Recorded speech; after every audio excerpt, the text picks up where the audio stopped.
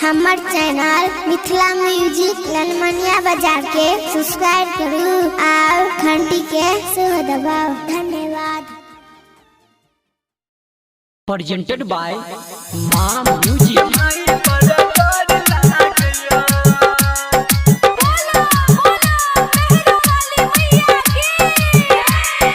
Music by Sanjay सम्राट।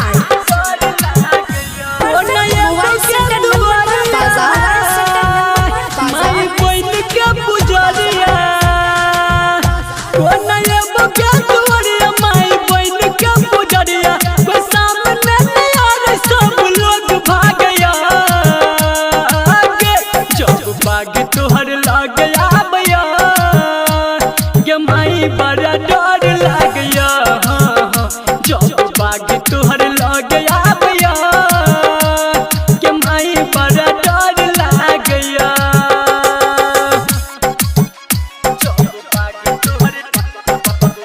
अपने नाम के डीजे बनवाने के लिए कॉन्टैक्ट करें DJ Sadanand. Music by Sanjay सम्राट।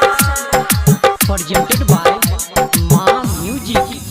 मंदिर के भीतर कोना कएबो खारा छबीच दुआर गे कतबो विनती करै छी माई सुन ने हमर पुकार गे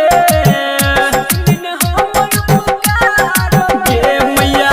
मंदिर के भीतर कोना कएबो खारा छबीच विनती करै छी माई सुन ने हमर पुकार। DJ Sadanand DJ Sadanand DJ Sadanand हमरे पकनुआई गे बेर बेर फूट आई गे हमरे पकनुआई गे हमरे पलक देश टाका टक ताकैया गे जब बाग तोहर लगे आबैया गे माई बड़ा डर लागैया जब बाग तोहर लगे आबैया गे माई बड़ा डर लागैया।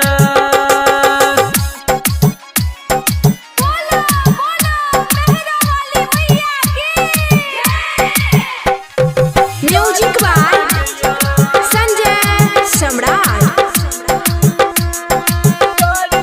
डीजे सदानंद मनवा हमर तरसई गे माई करेला तोहर दर्शन गे जिंदगी हमर सबरिए गे जेतै छुबो जे तोहर चरण गे छुबो जे तोहर चरण गे मैया। मनवा हमर तरसई गे माई करेला तोहर दर्शन गे जिंदगी हमर सबरिए गे जेतै छुबो जे तोहर चरण गे।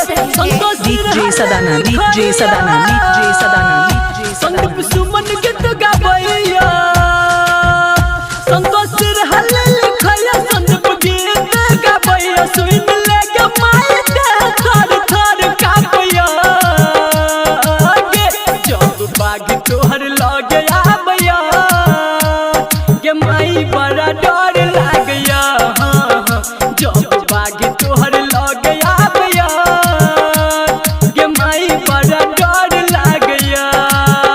कोना एबो के दुआरिया माई बन के पुजरिया कोना एबो के